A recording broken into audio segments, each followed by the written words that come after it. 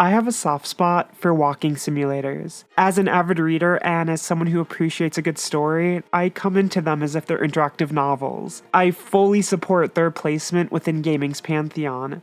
However, they often need more of a hook than just a decent story. For Gone Home, I think the ability to pick up and move around nearly all objects helps the experience feel more real. What Remains of Edith Finch mixes up its gameplay elements by adding unique mechanics to each narrative beat. It is further aided by a kick-ass house to wander about in. And Firewatch maintains a decent-sized world to explore with a healthy amount of interaction.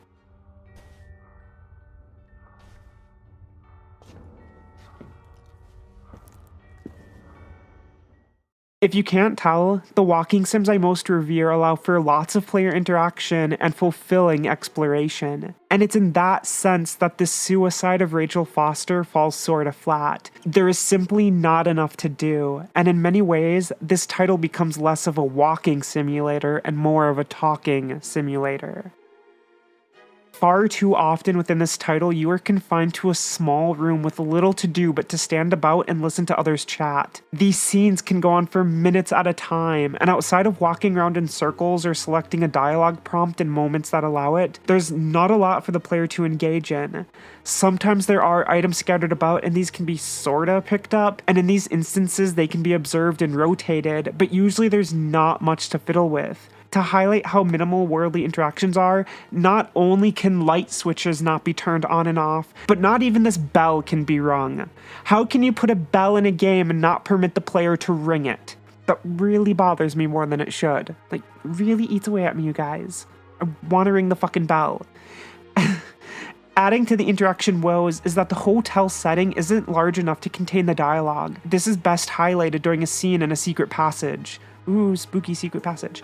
You need to take this route down to the garage, and as soon as you enter the pathway behind the walls, a conversation begins that lasts for a good minute or two, but it takes far less time than that to reach the room you're heading towards. But instead of just letting you open the door, you need to wait until the dialogue is exhausted, which means you once again awkwardly stand around waiting. This is exemplified even more as when you enter the room, a story beat kicks off, and that leads to multiple more minutes of dialogue. But once again, there's almost nothing to play with, so you're left twiddling your thumbs.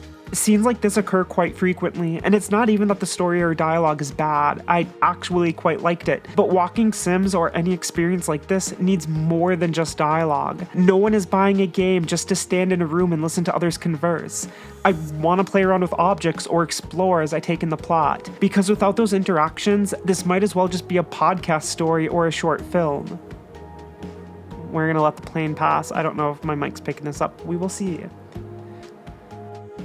Adding to my list of complaints is that one of the loading screens misrepresents the title, at least in my perception of it. It tells you that everything is shaped by the details and that being observant will lead to the truth. So on my first playthrough, I meticulously explored the hotel and found every possible object I could interact with. And so in one scene where you're going over evidence and trying to piece together the mystery, I thought I had so much of it collected due to my thoroughness, be it observing a notebook earlier on or a magazine left lying about. But on a second run of the game where I just raced through the title to see what the other ending might be, during the scenes with evidence, nothing changed. You'll have that collection of stuff no matter how much you explore. The very end of the game also details the plot, so you won't really miss much by not being hyper observant. That all felt like a real missed opportunity.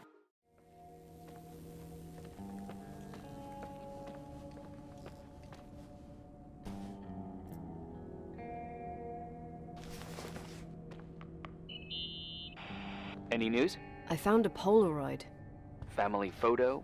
Anything important? No, I mean a camera. It looks like it works.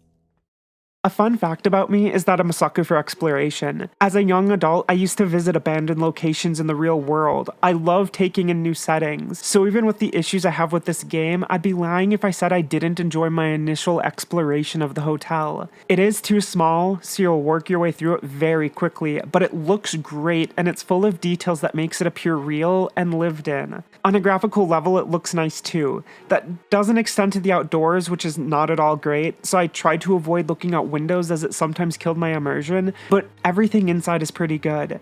The structure of the hotel also makes sense. The layout is believable and there's a logic within the environment. Nothing seems out of place and each room looks like it was made with attentive care. This care even extends to the location of a chapel outside. You can see it from various windows, and the placement of an underground tunnel that leads to it is architecturally correct. There's no dumb video game logic here. The tunnel is where it should be, and those touches I appreciate.